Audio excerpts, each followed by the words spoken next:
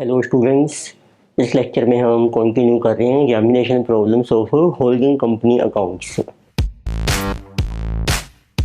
आप पहले फार्मूला से रिवाइज कर सकते हैं।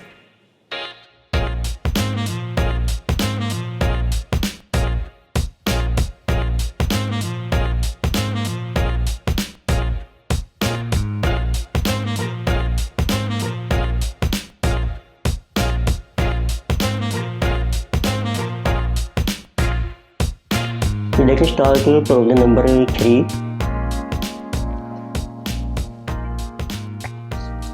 So this problem is based on acquisition of shares by holding company in subsidiary company when subsidiary company was incorporated. So it means as soon as subsidiary company is incorporated, shares are acquired by holding company in that company. So in this case, normally what happens, there will be no capital profit because there is no reserve and surplus in the books of a subsidiary company. So let us see this question. So the balance sheet and information is given for Virat Limited and Anushka Limited as at 31st March of current year. So Virat Limited holds 80% of equity shares in Anushka Limited. So since its incorporation, तो आपको mention किया है one company जो Virat limited, so it has 80% shares of Anushka limited and it is given that so these shares were acquired since incorporation, so since incorporation of this company. which means जैसे ही Anushka limited incorporate हुई है, form हुई है, उसी time Virat ने उसके share acquire कर लिए हैं। तो नॉर्मली उस टाइम कोई रिजर्व एंड सरप्लस नहीं है, it mean there will be no pre acquisition और कैपिटल प्रॉफिट से। अब आपको देखो करंट ईयर मेंशन किया है, so current year is ending on so 31st March. Mean जब भी आपने शेयर्स एक्वायर किए थे उस टाइम से लेके इस साल के एंड तक जितना भी प्रॉफिट है वो सारा रेवेन्यू प्रॉफिट बन जाएगा। देखो मेंशन किया है आपको, बैलेंस शीट दे रखी है of Virat limited and Anushka limited. उसमें शेयर कैपिटल है ऑफ ₹10 ईच। विराट का है 6 लाख, अनुष्का का है 4 लाख। फिर आपको रिजर्व एंड सरप्लस में जनरल रिजर्व दिया है, लॉन्ग टर्म बोरोइंग्स हैं, ट्रेड पेबल्स हैं, एसेट साइड में property plant and equipment, investment in shares of Anushka limited हैं और करंट एसेट्स आपको मेंशन किए हैं। तो सबसे पहले क्या है, देखो एक्विजिशन, देखो करंट जनरल इंफॉर्मेशन हम मेंशन कर रहे हैं, बट इंफॉर्मेशन इज गिवन। तो बताइए date of acquisition, so this is your date of incorporation of a subsidiary company. Subsidiary company is in this case Anushka Limited. And what is the current year? So current year is ending on, तो आपको year mention नहीं किया है, so this is ending on 31st March. And what is our parent company? This is Virat Limited. So this is holding company or we can say parent company. So its share is 80% in subsidiary company. Subsidiary is Anushka. Then we have a minority interest. So this will be 20%. अब आपको सबसे पहले prepare करनी है statement of distribution of equity of subsidiary company. तो let us prepare statement of distribution of equity. Equity is also called as net assets of subsidiary company which is Anushka limited. तो statement में देखो हम show करते हैं but equity as on date of acquisition. तो first we show equity, तो as on date of acquisition. उसमें दो आइटम्स आती हैं mainly, share capital and capital profits. Then we have equity after acquisition which is also called as revenue profits of subsidiary company. तो अब देखिए सबसे पहले आपको मेंशन किया है share capital of Anushka limited is 4 lakh and what are capital profits as on date of acquisition. तो इसमें सिर्फ एक ही प्रॉफिट आपको किया है, general reserve. So this was nil because when company was incorporated, which is also the date of acquisition, there was no reserve and surplus. It means the whole balance of general reserve, which is 1 lakh in balance sheet, this is revenue profit. It means this has been earned by Anushka Limited after incorporation, so it will become revenue profit. और इसमें कोई revaluation नहीं है, कोई और adjustment mention नहीं की। तो this is total equity. So this is quite simple question. So 4 lakh equity, capital profits nil, revenue profits 1 lakh, holding company which is Virat, its share is 80%, minority interest is 20%. So 80% is 320 and 80,000. So this is nil, 0, then 80%, 80,000 and 20,000. So now we can calculate easily. Number third item, this is your cost of control, which may be goodwill or a capital reserve. So you compare what is cost of investment. तो आपको balance sheet में की है cost of investment in shares of Anushka Limited. So this cost of investment is given 3,20,000.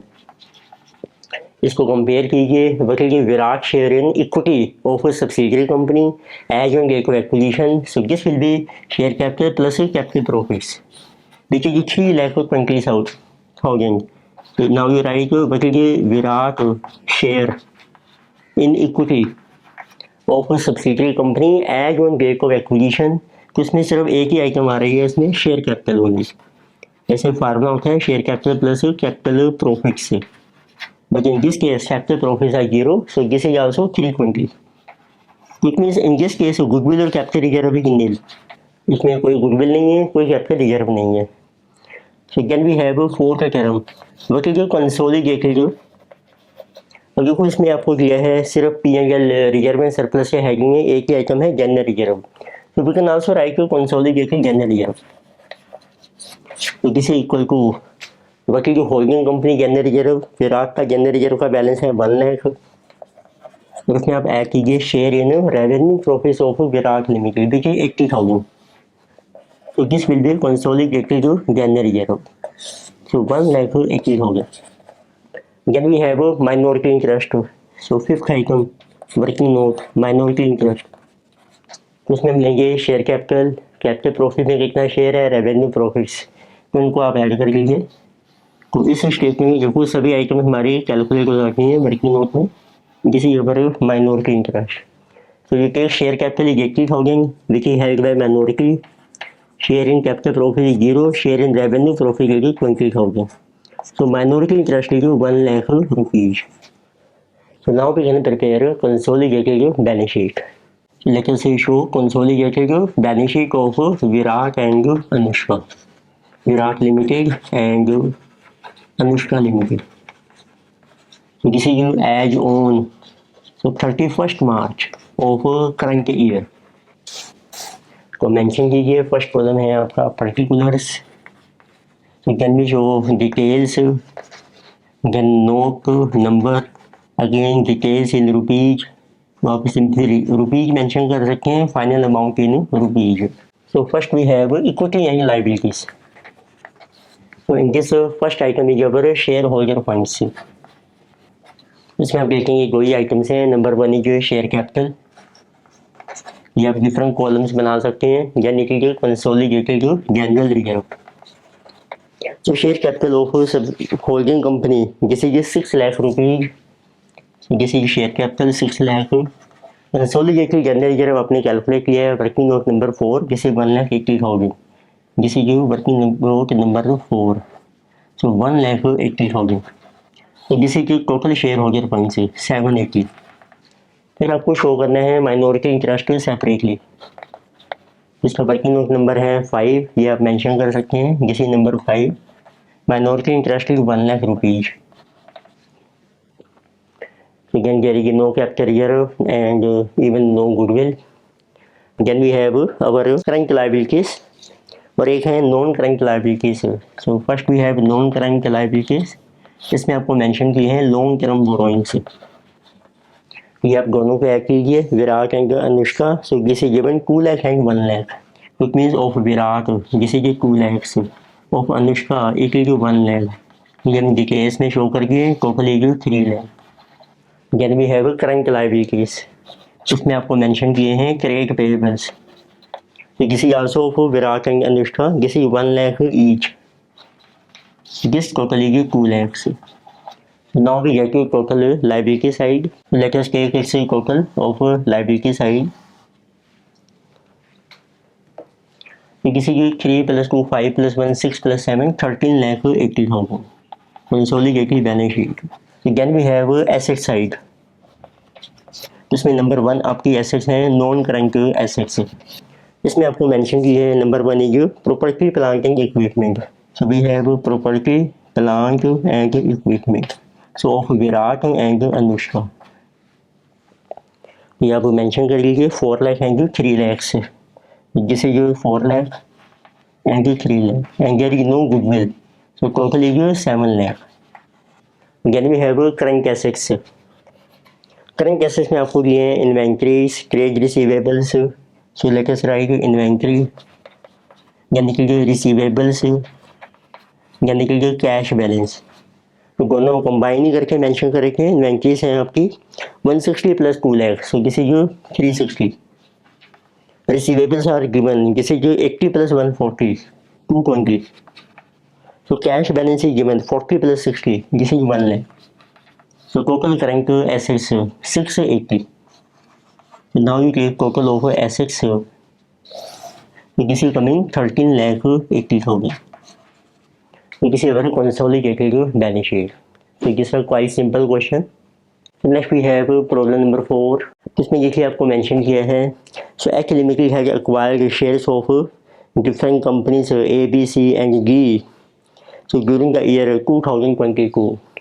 क्योंकि इसमें different cases दिए हैं. कोई एच के पास डिफरेंट कंपनी के शेयर्स हैं. And from the following data you have to determine for each subsidiary company what is minority interest at the date of acquisition and at the date of consolidation. तो आपको हर cases में calculate करना है minority interest, goodwill और capital reserve, then amount of holding company से profit in consolidated balance sheet assuming holding company जो own P&L is ₹2 lakh in each case. और देखो केसेज आपको दिए हैं ABC की और कंपनीज हैं ABC की. उसमें कितने % शेयर्स हैं होल्डिंग के पास वो भी दिए हैं हमें 90, 85, 80, 100. डेट ऑफ एक्विजिशन आपको मेंशन की है. तो कंपनी ए में अपने शेयर एक्वायर किए हैं 1 जनवरी 2022 में. कंपनी बी में है 1 अप्रैल 22. कंपनी सी में है 31 दिसंबर 22. It means eight the end of year. D में अपने एक्वायर किए हैं 1 सितंबर 22 में. आपको कॉस्ट ऑफ इन्वेस्टमेंट मेंशन की है. एज ऑन 1 जनवरी 2022 को हमें बैलेंस ही दिए हैं, शेयर कैपिटल दिए है आपको, सब्सिडियरी कंपनी का P&L का बैलेंस दिया है. एंड P&L का बैलेंस आपको दिया है at end of current year which is 31 December 2022. तो लेट्स स्टार्ट 1 बाय 1. को एक एक करके हमें केसेज सभी केसेज डिस्कस करने हैं. तो लेट्स सी कंपनी ए. तो हर केस में मेन आपको 3 आइटम्स कैलकुलेट करनी है, माइनॉरिटी इंटरेस्ट, गुडविल और capital reserve and consolidated P&L. तो पहले उसके लिए बस आपको मेन चाहिए statement of distribution of equity, जिसमें हम ये शो करके हैं कैपिटल एंड रेवेन्यू प्रॉफिट्स. तो let us show number 1 statement of distribution of equity and this year is 2022. Amounts आपको चल रहे हैं रुपीज में. ये हम पहले कर रहे हैं फॉर कंपनी ए. तो देखिए बेसिक पर 4 पे है इसमें. First of all you can write equity as on date of acquisition. Equity as on date of acquisition. उसके में आपके पास 2 आइटम्स हैं, share capital and capital profits. अब देखिए कंपनी ए में आपको डेट ऑफ एक्विजिशन मेंशन की है. Date of acquisition this is our 1 January 2022. This is January 1. तो ईयर के बिगिनिंग में आपने शेयर एक्वायर किए हैं और आपको ये भी मेंशन किया है कि जो करंट ईयर है आपका दिस इज 2022. इसमें this is calendar year. Then we have revenue profits. इसमें जो कैपिटल प्रॉफिट्स हैं ये हैं जनवरी 1 को जितना बैलेंस है. तो let us write here share capital का जो को कितना बैलेंस है आपके पास. Share capital is given of this subsidiary company this is 1 lakh rupees. जब वी हैव P&L का बैलेंस देखिए आप कितना है P&L बैलेंस. तो एज ऑन 1 जनवरी तो this is given this is 50,000. इसमें ये आपका कैपिटल प्रॉफिट बन जाएगा. फिर आपके पास है P&L का balance as on 31 December this is given 70. तो इसमें 70 माइनस 50 हमारा करंट ईयर का प्रॉफिट माना जाएगा. Then we have current year profit. तो किसी totally our revenue profit from January to December, क्योंकि डेटो एक्विजिशन आपके साल के बिगिनिंग में है, ईयर बिगिनिंग। तो इसमें करंट के प्रॉफिट है, क्लोजिंग बैलेंस है आपका 70,000, उसमें से माइनस कर दो ओपनिंग 50, ये बन जाएगा करंट के प्रॉफिट। टाइम रेशो अप्लाई नहीं होगी। So whole of this is revenue profit. अब आप इजीली कैलकुलेट कर सकते हैं अपनी सारे आइटम्स। लेट अस टेक इससे टोटल। So total capital is 1 lakh, capital profit 50,000, 20,000। फिर आपको मेंशन किया है एच लिमिटेड का कितना शेयर है, एच शेयर। तो एच ने शेयर एक्वायर किए 90%, balance is minority interest which is 10%। तो 90% को 1 lakh, 90,000, 10,000, minority interest 90%, 45,000, 5,000 minority interest, 90% 18,000, 92,000 is minority interest. Then you calculate what is the H share in equity of this subsidiary company. 90,000 share capital plus capital profits. H share in revenue profits 18,000. But minority interest is share capital plus capital profits plus revenue profits. इन सबको आप add करेंगे तो minority interest बन जाएगा। तो let us calculate one by one. Number one, गैर राशि what is the minority interest as on date of acquisition. Acquisition के टाइम माइनॉरिटी इंटरेस्ट में हम लेते हैं share capital plus capital profit से। So it includes share capital plus capital profits. तो this is coming 10 + 5 15,000। फिर उसमें अब ऐड कीजिए उसका कितना शेयर है रेवेन्यू प्रॉफिट्स में। So plus share in revenue profits which is 2,000। So it will become minority interest as on date of consolidation 17,000. So this is your minority interest. So as on date of consolidation. Then you can calculate cost of control और goodwill, which is capital reserve goodwill. आपको इसको mention किया है cost of investment 1,40,000। उसको compare कीजिए but ये H share in equity of subsidiary. तो difference आ जाएगा आपका गुडविल और कैपिटल रिजर्व। देखो कॉस्ट ऑफ इन्वेस्टमेंट है आपकी 140 और इसका शेयर बन रहा है 135। So it mean this is goodwill. तो आपको मेंशन कीजिए formula, goodwill is cost of investment minus what is our so H share in equity of subsidiary company.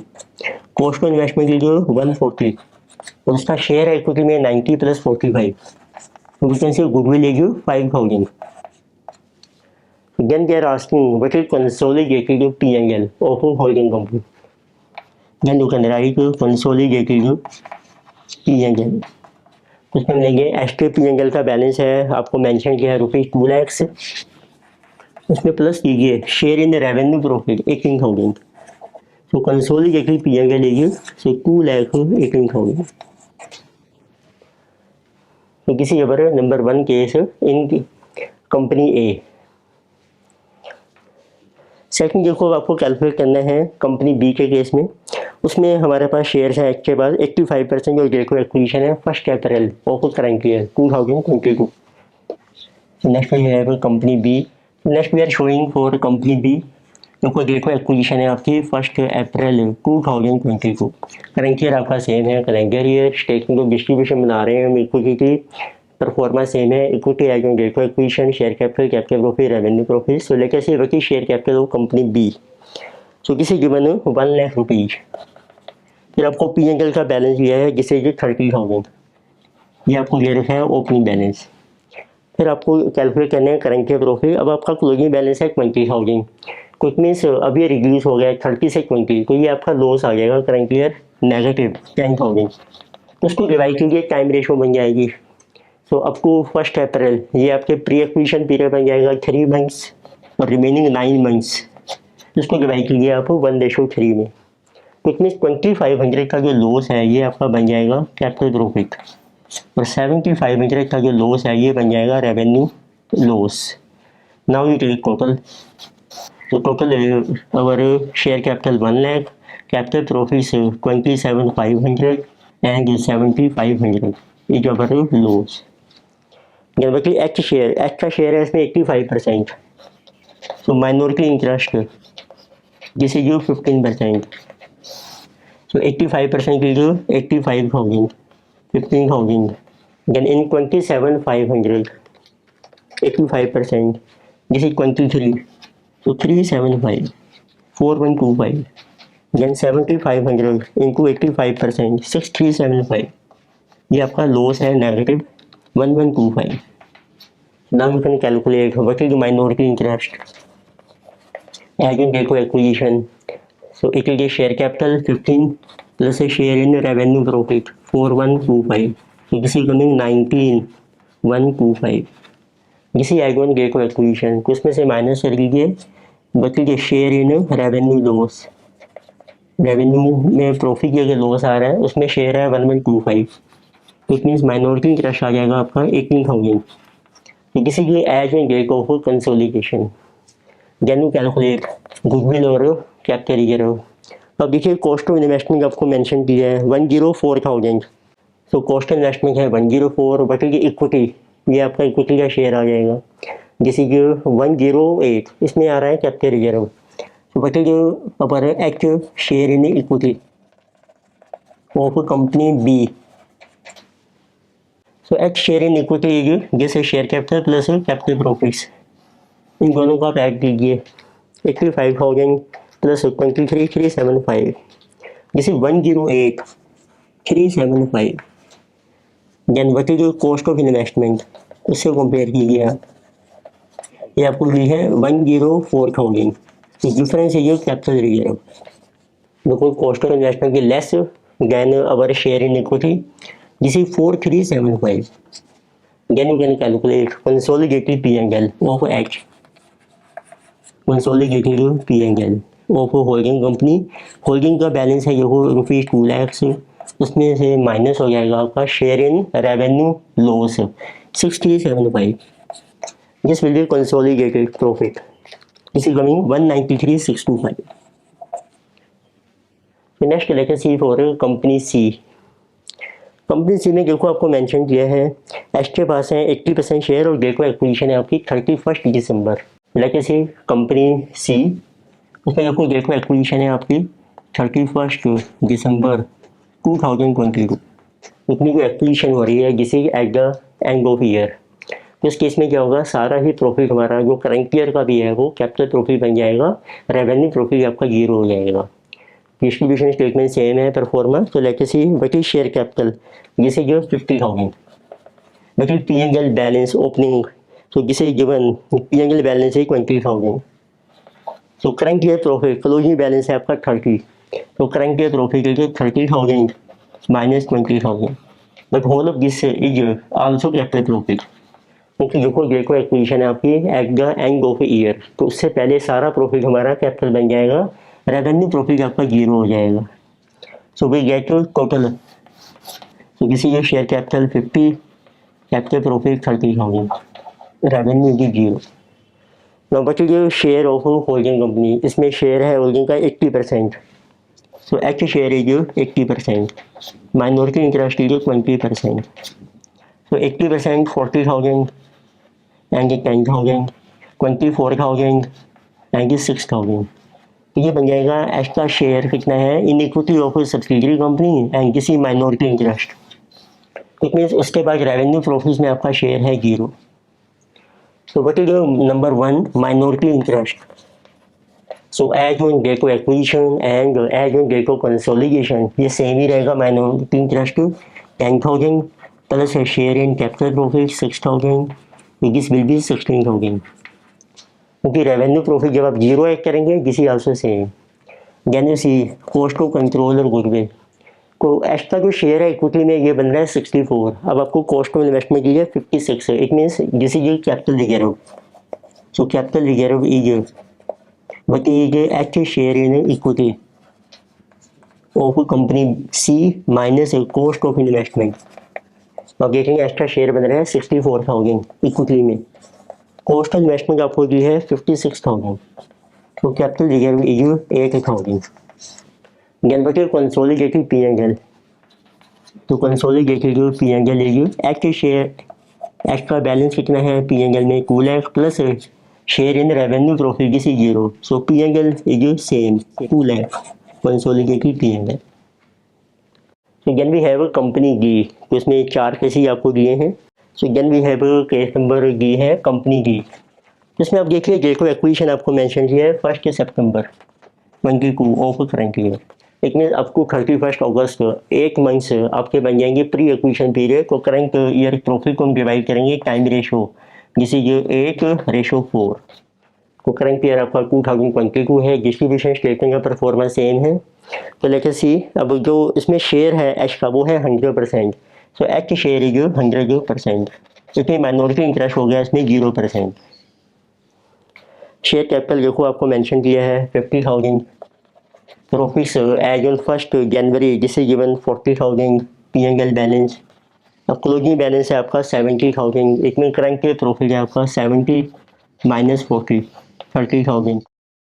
इस प्रॉफिट को आप अपोर्शन कीजिए, रेशो है आपकी 2:1, 2:1। तो इसमें जिसे कमिंग 30,000 डिवाइडेड बाई 3 10 इंटू 2 20,000 बन जाएगा आपका capital profit, 10,000 is revenue profit. So total is becoming this is 50,000 60,000 and 10,000।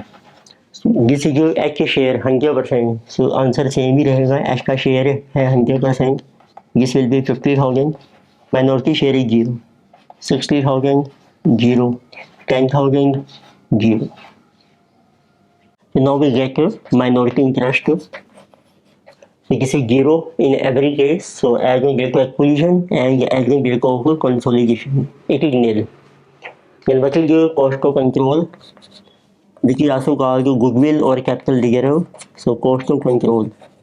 First to calculate what is H share in equity of a subsidiary, which is share capital plus share in capital profit. So first we get H share in equity of a subsidiary company. तो जिसे coming को भी 50 + 60 110,000। तो इसको आप compare कीजिए, what is the cost of investment, this is 1 lakh. So cost of investment this is given to be 1 lakh rupees. तो since share in equity is more than cost of investment, this is capital reserve, this is coming to be 10,000। then say what is the consolidated P&L of a holding company. So this will include H balance in P&L, this is given to be rupees 2 lakh, और plus कर लीजिए आप H का share कितना है revenue profits में, जिसे 10,000। सो consolidated P&L है 2,10,000। तो this was good question. Different cases है इसमें कंपनी ABC की, उसमें हमने मेन देखा कि how to calculate goodwill capital reserve value, minority interest and consolidated balance of P&L। इस लेक्चर में हमने डिस्कस की कुछ examination problems, further problems continue करेंगे नेक्स्ट लेक्चर में। वीडियो आपको अच्छी लगती है लाइक कीजिए, सब्सक्राइब कीजिए and you can recommend to your friends also. Thank you.